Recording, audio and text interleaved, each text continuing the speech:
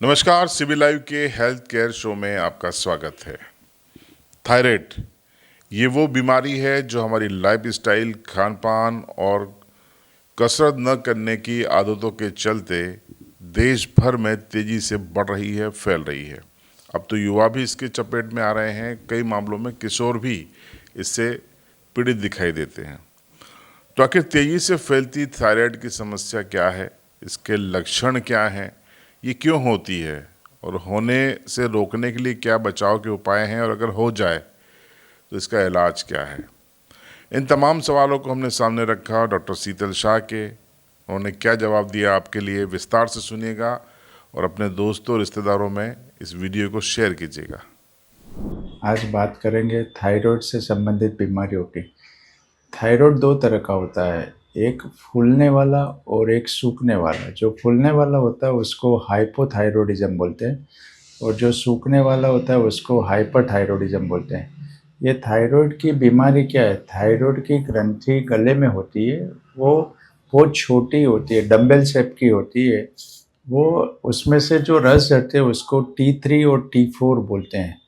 वो अपने शरीर को पूरा कंट्रोल करती है। जैसे थायराइड मगज, हार्ट, पेट, ये सब सिस्टम को कंट्रोल करता है। अगर थायराइड का लेवल बराबर है तो आपकी ये सब सिस्टम में बराबर चलती है। जो ज़्यादातर मरीजों को बीमारी होती है वो फूलने वाला होता है और उसमें भी 90% लेडीज़ को होता है और 10% ही पुरुष लोग होते हैं।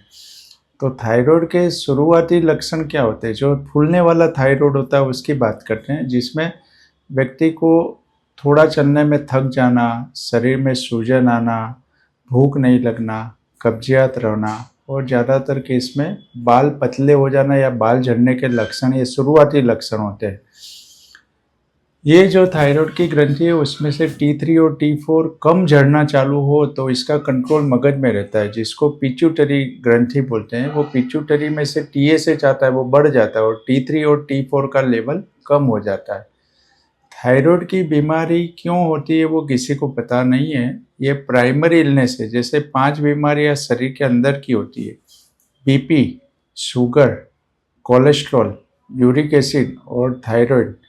आज तक ऐसा बहुत कम सुनने में आता है कि थायराइड की बीमारी ठीक हो गई। ये क्योरेबल नहीं है, और अगर व्यक्ति इसका समय समय पे लेबोरेटरी रिपोर्ट करवाता रहे और उसका डोज एडजस्ट करके दवा खाता रहे तो उसका शरीर अच्छा रहता है। थायराइड की बीमारी किलर बीमारी नहीं है। बहुत बहुत कम सुनने में आता है, देखने में आता है कि कोई थायराइड की वजह से सीरियस हो गया, आईसीयू में एडमिट रहा और थायराइड का लेवल बहुत डाउन हो गया तो कुछ सीरियस हो गया, एक्सपायर्ड हो गया। ऐसा बहुत कम सुनने में आता है। थायराइड की जो इलाज है वो है थायरोक्सिन करके गोली आती है। वो 12.5 लेवल से लेके 200 माइक्रोग्राम तक की टैबलेट मार्केट में अवेलेबल है। वो आप समय समय पे इसका टेस्ट करवा के इसका डोज एडजस्ट करके वो दवा खानी चाहिए।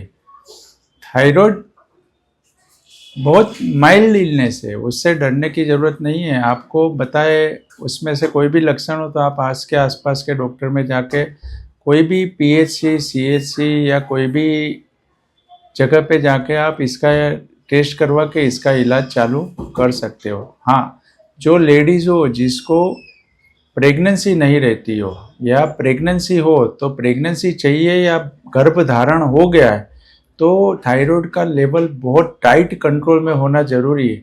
अगर थायराइड बहुत अच्छा कंट्रोल में हो मदर का, तो जो आने वाला गर्भ है, बच्चा या बच्ची, उसका मानसिक शारीरिक डेवलपमेंट अच्छा होता है।